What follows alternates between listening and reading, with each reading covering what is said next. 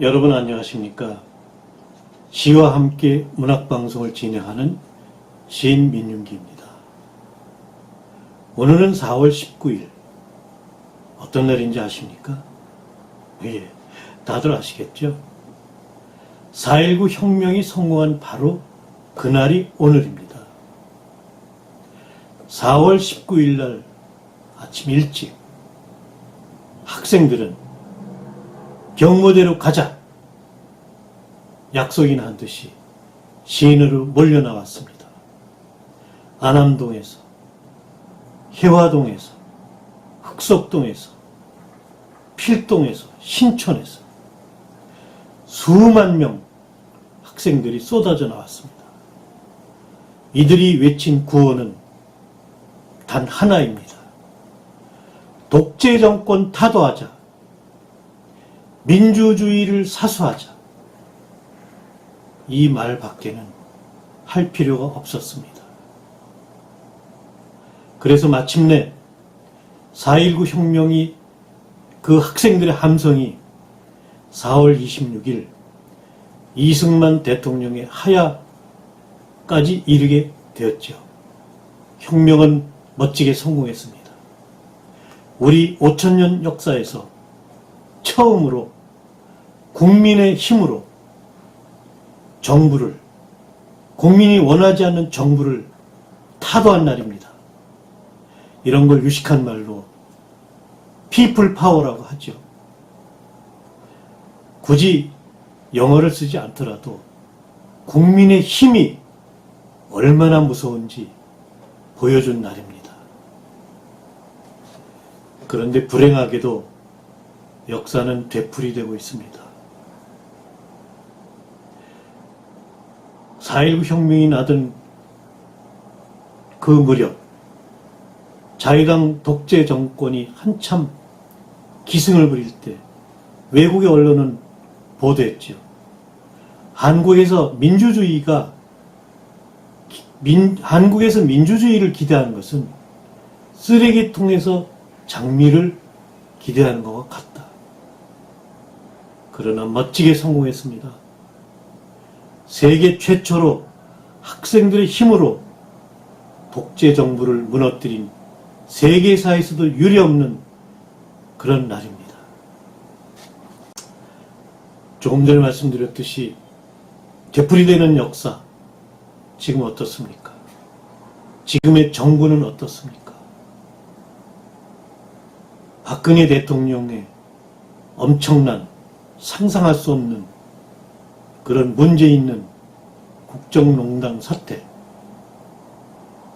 그 어부지리를 얻어서 국민을 모시는 정부, 국민과 소통하는 정부, 대통령의 일정을 24시간 공개하는 정부, 대통령이 집권하는 집무실을 광화문으로 옮기겠다는 정부.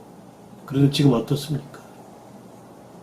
독재 정권, 유례없는 독재 정권 모습 그대로입니다. 그러나 4.19 혁명이 우리한테 가르쳐준 교훈이 무엇입니까? 국민을 이기는 정부 없습니다. 국민을 이기는 정권 없습니다. 국민을 끝까지 속이는 정치판 없습니다. 그래서 4.19를 맞아 저는 수유리에 있는 국립 4.19 묘지를 찾아 4.19 혁명 때 목숨 바쳐 나라를 지킨 영령들을 찾아 뵙고 왔습니다. 태극기가 바람에 휘날립니다. 힘차게 휘날립니다. 여기는 국립 4.19 민주묘지 뒤편에 있는 묘역입니다. 4월 혁명 때 참가해서 민주주의 회복과 독재 정권 타도를 외치다가 인생을 다 바쳐 헌신한 그런 분들의 묘역입니다.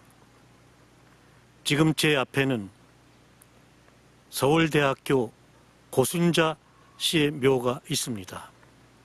이 고순자 씨는 4.19 혁명을 기념하는 뉴스 영화나 다큐멘터리, 각종 사진 화보를 보면 4.19 혁명 때 도로를 질주하는 찝차 위에서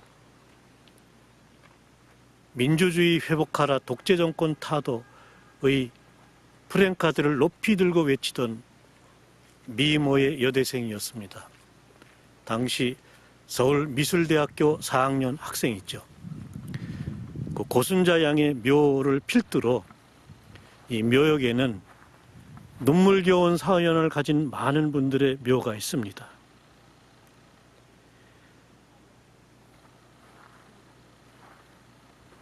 대학생뿐만이 아니고 일반 시민들뿐만이 아니고 많은 학생들, 그 중에서도 특히 어린 학생들이 많이 희생됐습니다. 덕성여자중학교 최신자 양, 한성여자중학교 진영숙 양. 진영숙 양은 한성여중 2학년 때입니다. 홀어머니를 모시고 살았습니다. 이 학생은 홀어머니한테 보내는 편지를 남겨놓고 데모대에 합류했습니다. 어머니, 저는 민주주의가 회복되는 그날까지 제 몸을 다 바쳐 싸울 것입니다. 제가 혹시 데모하다가 죽어서 돌아오지 못하더라도 슬퍼하지 마십시오. 어머니, 이 어린 학생이 이런 편지를 내고 데모에 참가할 만큼 그 당시 우리나라의 운명은 정말 학생들이 편안하게 앉아서 공부할 수 없는 나라였습니다. 3.15 선거 때 이기붕을 부통령에 당선시키기 위해서 3인조, 5인조, 사전투표, 이런 말로 표현할 수 없는 온갖 방법의 부정선거가 동원됐습니다. 요 묘역에는 특히 어린 학생들이 모여 있군요. 강문중학교 김기련, 금호국민학교 정태성, 종암국민학교 임동성, 고흥중학교 이기석, 동신국민학교 안병채, 성남국민학교 박도일. 안병채 군은 뒤에 묘비를 보니까 1950년생입니다. 그렇다면 이 학생이 지금 살았다면 아직 70세, 요즘 70세라면 청년이나 다름없는 나이입니다.